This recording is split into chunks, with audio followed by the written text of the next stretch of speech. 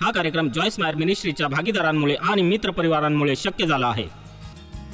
मी इथे एक मोठी गोष्ट सांगणार आहे. तुमच्या आयुष्याचा आनंद लुटा. ते नाही जे दुसऱ्या कुणाला तरी मिळालंय आणि जे तुम्हाला हवंसं वाटतंय.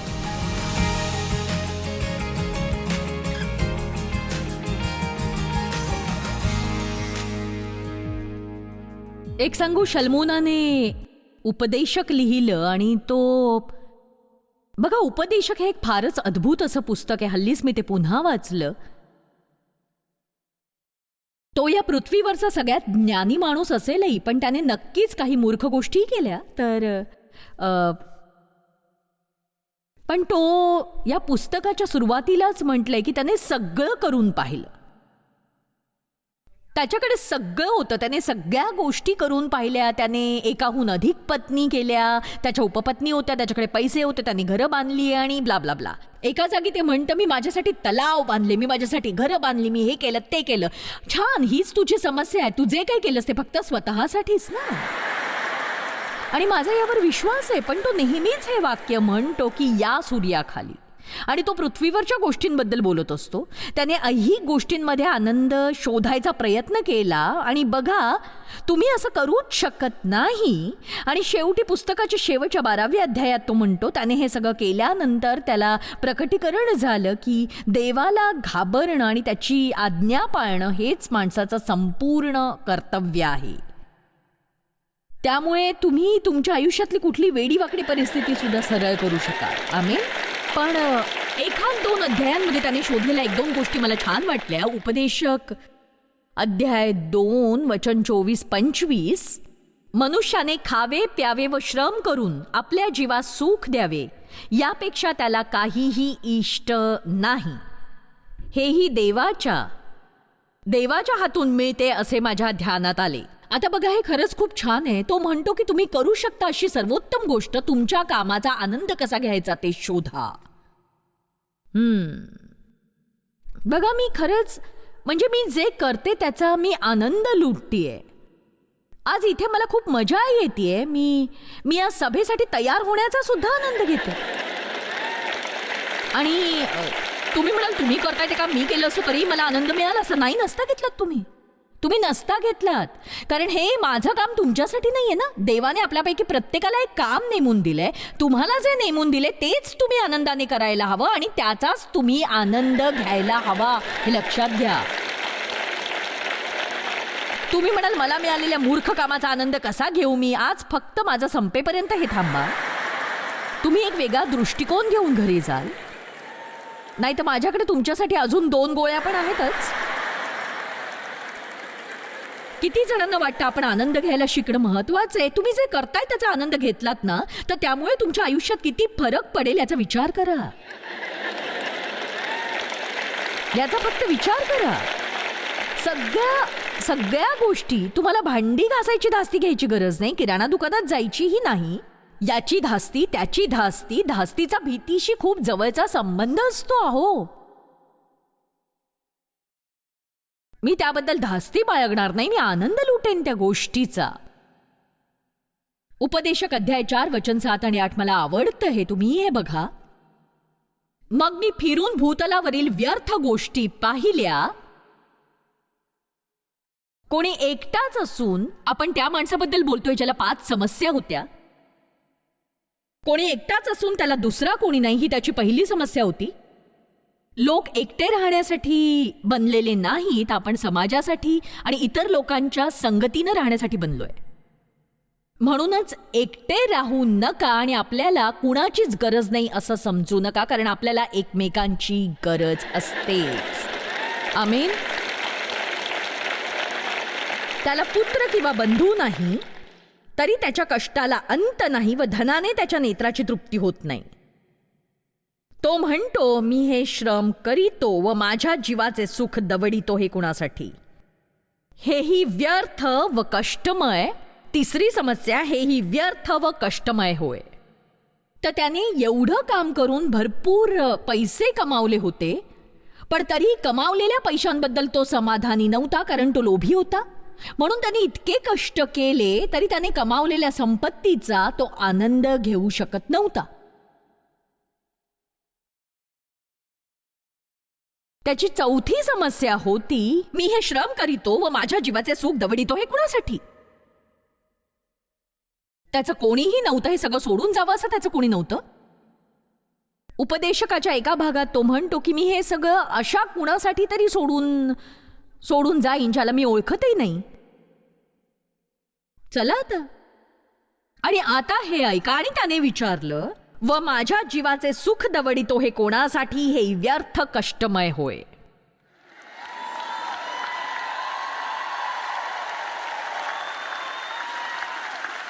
आमेन. तुम्ही हे का करताय? तुम्ही समस्येच्या मुळाशी जायला हवं. आणि इथे पुन्हा एकदा समजून घ्या, मी अशा जगण्याबद्दल बोलत नाही की जिथे फक्त सुट्ट्या आहेत, मेजवानी आहेत, मी आनंद घेतोय, खरेदी करतोय, मौजमजा करतोय, मला अजूनही क्रेडिट कार्ड मिळाले, मी भरपूर पैसे वापरणारे उधळणारच आहे म्हणा ना. मी याबद्दल बोलत नाहीये. मी रोजच्या सर्वसामान्य आयुष्याचा आनंद घेण्याबद्दल आज इथे सांगते. सकाळी उठायचं, रात्री झोपायचं, उठायचं, झोपायचं, सोमवार, मंगळवार, बुधवार, गुरुवार, शुक्रवार, शनिवार, रविवार, पुन्हा सोमवार. हो की नाही? आपण आठवड्याच्या शेवटी सुट्टीच्या दिवशी किती खुश असतो, पण सोमवार येणारच असतो. अहो, त्याच्या 5 समस्या होत्या. तो अगदी एकटा होता. तो कामातून विश्रांती घेत नसे. त्याच्याकडे भरपूर पैसे होते पण समाधान नव्हतं. आणि ते पैसे सोडून जायला पाठीमागे कोणी नव्हतं. मी स्वतःला आनंद उपभोगण्यापासून वंचित का करतोय? आणि मला तुम्हाला हे सांगायचंय की जर तुम्ही सगळ्यात आधी तुम्ही खूप श्रीमंत आहात,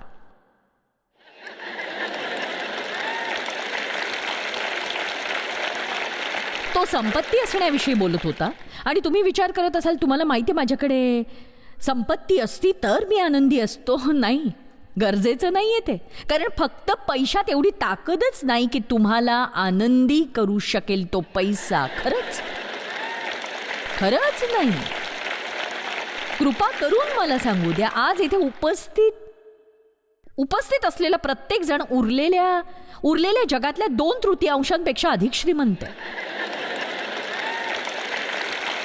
तर स्वतःची एवढी कीव करण्यात आणि आहे त्यापेक्षा जास्त पैशांची दुसऱ्या कुणासारखं तरी आयुष्य असावं अशी इच्छा करण्यात वेळ वाया घालवू नका. तुमच्याकडे जे आहे त्याचे योग्य व्यवस्थापन करा आणि त्यातल्या काही गोष्टींचा आनंद घ्या.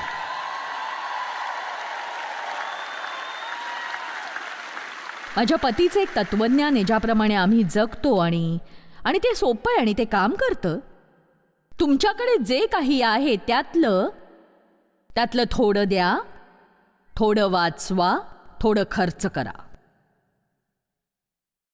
तुमच्या मर्यादेत राहून.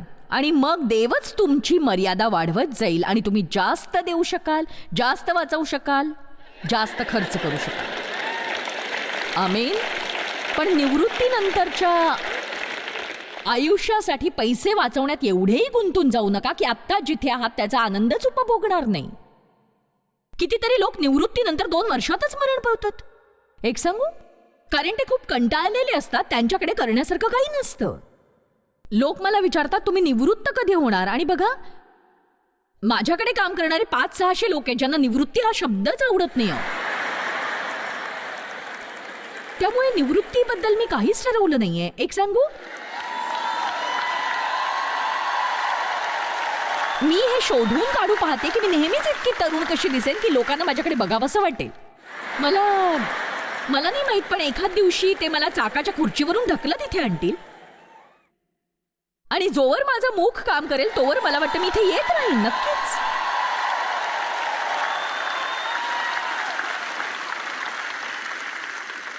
बघा, पुढे काय घडेल ते मला माहित नाही. कधीतरी कदाचित मी हे करूही शकणार नाही. असं कधीतरी होऊ शकेल. पण मी हे आधीच ठरवलंय की जर मी हे करू शकले नाही तेव्हा सुद्धा मी एवढीच महत्वाची असेल जेवढी आत्ता आहे. कारण तुम्ही जे करताय त्याच्याशी तुमचं मूल्य मानलेलं नाही, तर तुम्ही कोण आहात याच्याशी ते संबंधित आहे. आमेन. म्हणून फक्त काम करायचं आणि काही न करता बसून राहता येईल म्हणून पैसे साठवायचे असंही नाही. मला म्हणायचं यापेक्षा चांगली ध्येय असूच शकतात आयुष्यात. म्हणजे निदान तुम्हाला निवृत्त व्हायचंय, नंतर काही काम करायचं नसेल तर काहीतरी स्वयंसेवी काम करा, फिरण्याचे बेत आखा, सहलीला जा, पण दिवसभर फक्त बसून राहून मुलांनी लक्ष द्यावं म्हणून त्यांच्याशी विक्षिप्तपणे वागू नका. उपदेशक अध्याय 5 वचन 18-19. मला जे बरे व मनोरम दिसून आले ते हे की मनुष्याने खावे प्यावे व या भूतलावर जे श्रम तो करीतो त्या सर्वात देवाने त्यास दिलेल्या आयुष्यभर सुख भोगावे, कारण एवढेच त्याच्या वाट्यास आहे. कोणास देवाने धनसंपत्ती दिली असेल तिचा उपभोग घेण्याची, आपला वाटा उचलण्याची व परिश्रम करीताना आनंद पावण्याची शक्ती दिली असेल तर ही देवाची देणगीच समजावी.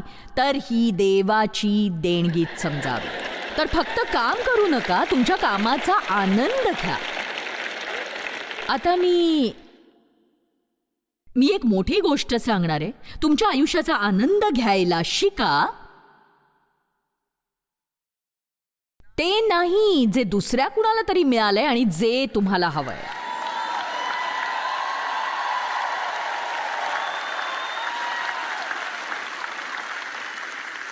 तुम्ही हेवा करून आणि मत्सर वाटून घेऊन आनंद उपभोगू शकत नाही. पण मला समजलंच नाही, मला समजतच नाहीये. कोणी तुम्हाला समजून घ्यायला सांगत नाहीये. देवाने तुम्हाला जे दिलंय ना त्याला आलिंगन द्या. तुम्ही जिथे रुजला आहात ना तिथे मोहरायला शिका.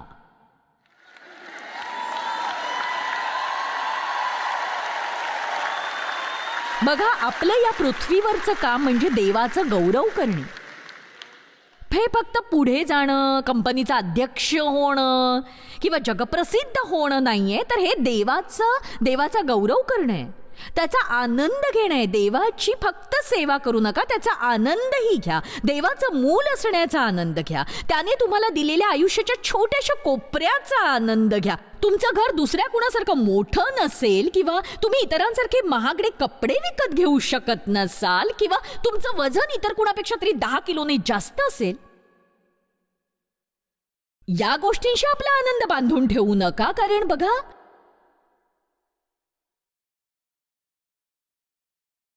बहुतांश आयुष्य सर्वसामान्य असतं, पण तुम्ही त्याचा आनंद घ्यायला शिकूच शकता. मार्क अध्याय 4 वचन 26-27. आणखी तो म्हणाला, परमेश्वराचे राज्य असे आहे की जणू काय एखादा माणूस जमिनीत बी टाकतो, रात्री झोपी जातो, दिवसा उठतो आणि ते बी रुजते व वाढते, पण हे कसे होते हे त्याला कळत नाही. जमीन आपोआप पीक देते, पहिल्याने अंकुर, मग कणीस, मग कणसात भरलेला दाणा. तुम्ही तुमच्या श्रद्धेचं बीज पेरता, तुम्ही देवाच्या राज्यात आर्थिक बीज पेरता आणि देव कार्यरत आहे यावर तुम्ही विश्वास ठेवता आणि वाट बघत असताना तुम्ही तुमच्या दैनंदिन आयुष्याचा आनंद घेत राहता. असं म्हणू नका की मी तेव्हा आनंद उपभोगेन जेव्हा, मी तेव्हा आनंदी होईन जेव्हा. तेव्हा नाही, आत्ता. चला सगळ्यांनी म्हणा आत्ता, छान आणि मोठ्याने. आता ठीक आहे, तर बघा, असं काही जे देव मला दाखवतोय आणि जे खूपच सोपं वाटतंय आणि तुम्ही म्हणाल की हां मला ते माहिती आहे, पण मला वाटतं त्याने तुम्हाला खूप मदत होईल, तर हे असं काही आहे की म्हणजे ही माझी छोटीशी एक गुप्त अशी युक्ती आहे. या पद्धतीने तुम्ही जे करताय ना त्या सगळ्याचा आनंद घेऊ शकाल. तुम्ही सकाळी उठता आणि विचार करता मला नाही उठायचं, मला उठायचंच नाहीये, ऑफिसलाच जायचं नाहीये, ट्रॅफिकमधून गाडी नाही चालवायची, या मुलांचं काय करू ते कळेना आता, या घरात किती कामं करावी लागतात मला, बापरे. बघा, जेव्हा मी उठते ना, मी पडून राहते आणि विचार करते, देवा मला उठायची काही मनापासून इच्छा नाहीये. मग मी विचार करते, देवाने मला पाय दिलेत त्याबद्दल आभार. आणि मी खरंच उठून बाथरूमपर्यंत जाऊ शकतेय आणि माझ्या स्वयंपाकघरात जाऊन माझ्या छोट्याशा सुंदर कॉफीच्या भांड्यात मी माझ्यासाठी छानशी कॉफी बनवू शकते. आराम खुर्चीत बसून खिडकी बाहेर बघत माझी कॉफी पिऊ शकते. येशूशी बोलू शकते, कारण माझं तारण झालेलं आहे.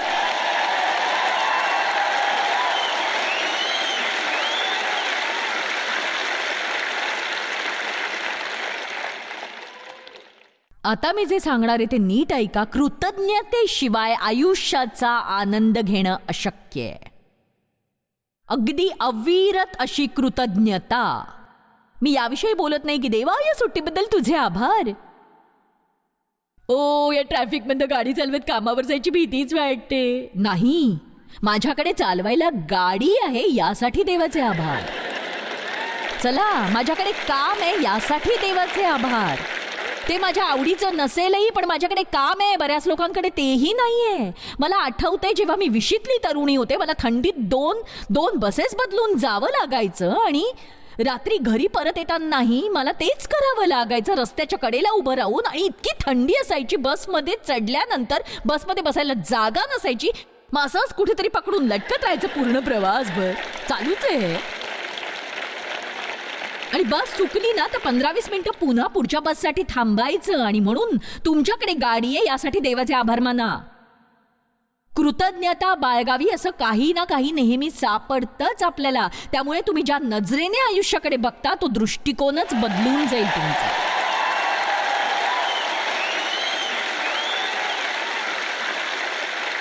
पण तुम्ही माझा संदेश ऐकताय म्हणून हे आपोआप घडून येईल असं नाहीये. मी तुमच्याशी प्रामाणिक आहे. हे घडण्यासाठी तुम्हाला थोडीशी मेहनत घ्यावी लागेल आणि हेतुपूर्वक काही करावं लागेल, कारण तुम्ही आनंदी व्हावं. कारण तुम्ही आनंदी व्हावं अशी सैतानाची इच्छा नसेल. तुम्हाला ते हेतुपूर्वकच करावं लागेल. मी याकडे माझं काम म्हणून बघायचे. ही सभा संपवून घरी जाऊन आराम करीन तर बरं वाटेल मला. आणि मी विचार करायचे की हा वेडेपणा आहे. मी या मंचावर येते, म्हणजे बघा पूर्वी इतकी नसेन येत, पण मी आत्ताही खूप सभा घेते. आणि तेव्हा मी खरंच खूप सभा घ्यायचे. म्हणजे मला वाटायचं की हा पुलपीठ म्हणजेच माझं घर आहे की काय. आणि मग मी विचार करायचे की जर हेच सगळं म्हणजे मी असेन ना, देवाने मला यासाठी बोलावलंय तर मी याचा आनंद लुटेन. मी इथे उभी राहून लोक काय विचार करतील याची भीती बाळगणार नाही. मी इथे उभी राहून तुम्हाला मी आवडते की नाही याचा विचार करणार नाही. मी योग्य पद्धतीने हे सगळं सांगते की नाही याची काळजी करणार नाही. मी त्याचा आनंद घेणार. तुमच्या आयुष्याचा आनंद न घ्यायला तुम्ही सरळ नकार द्यायची गरज आहे असं किती जणांना जाणवलंय सांगा. फक्त एक माणूस. चला बरं आहे. मला तिथे येऊन तुम्हाला शोधायला लावू नका.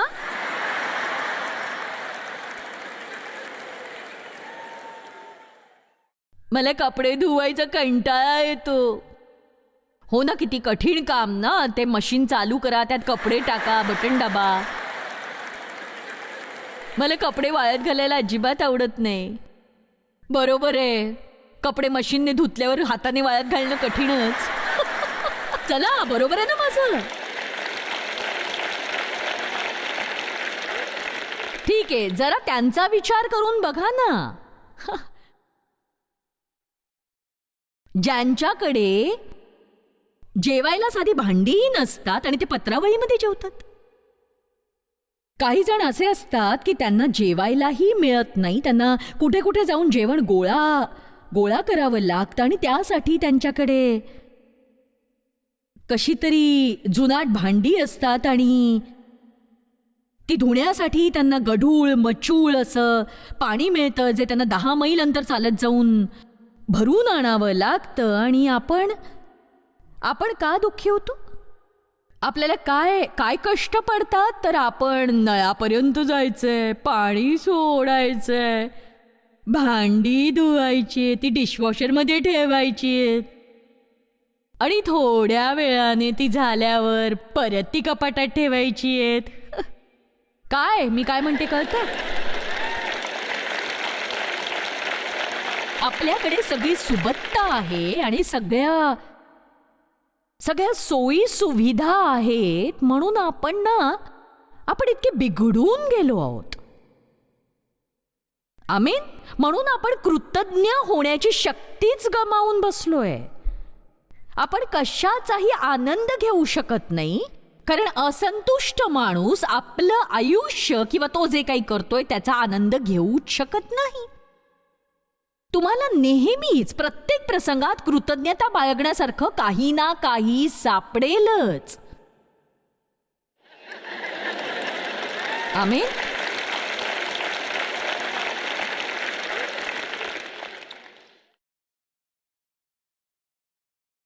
फिलिप्पेकरास अध्याय 4:11.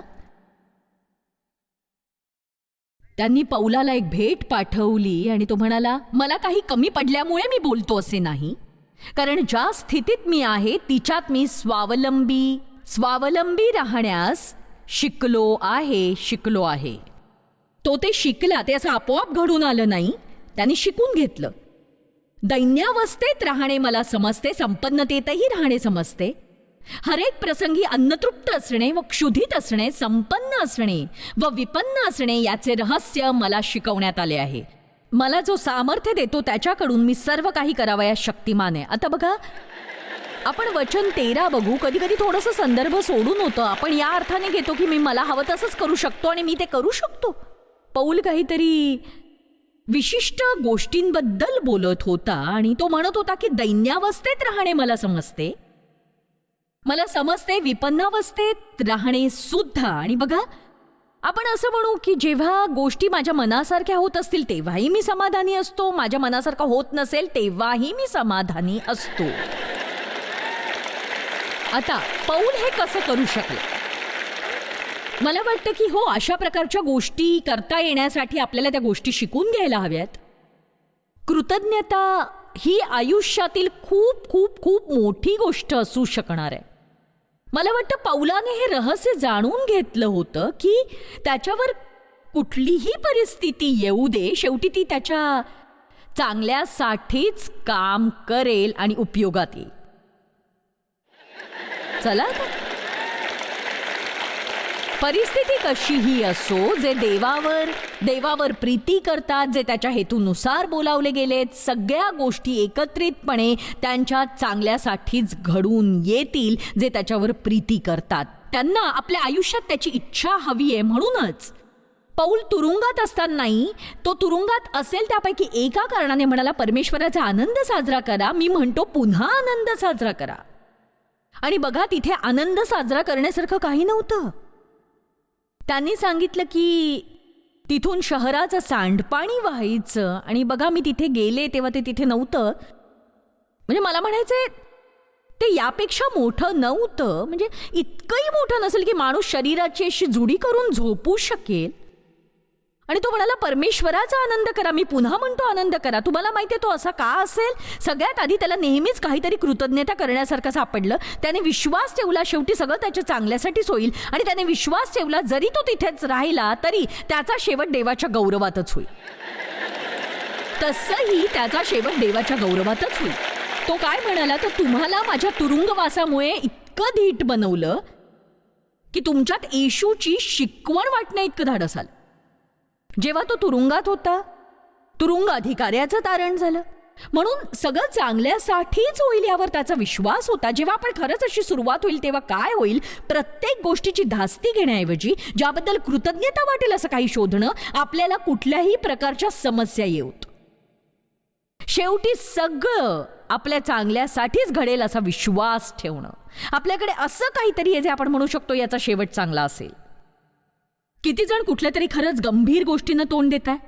मी तुम्हाला सांगू का, याचा शेवट चांगलाच असेल.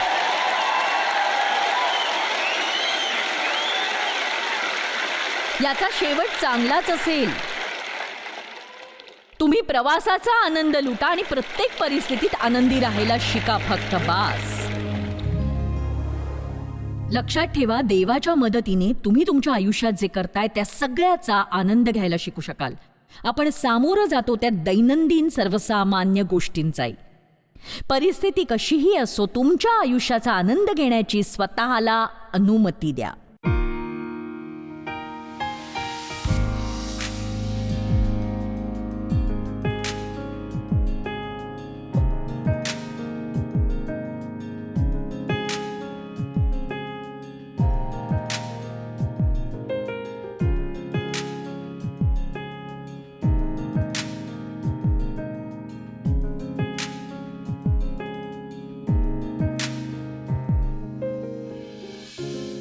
हा कार्यक्रम जॉयस मायर मिनिस्ट्रीच्या भागीदारांमुळे आणि मित्रपरिवारांमुळे शक्य झाला आहे.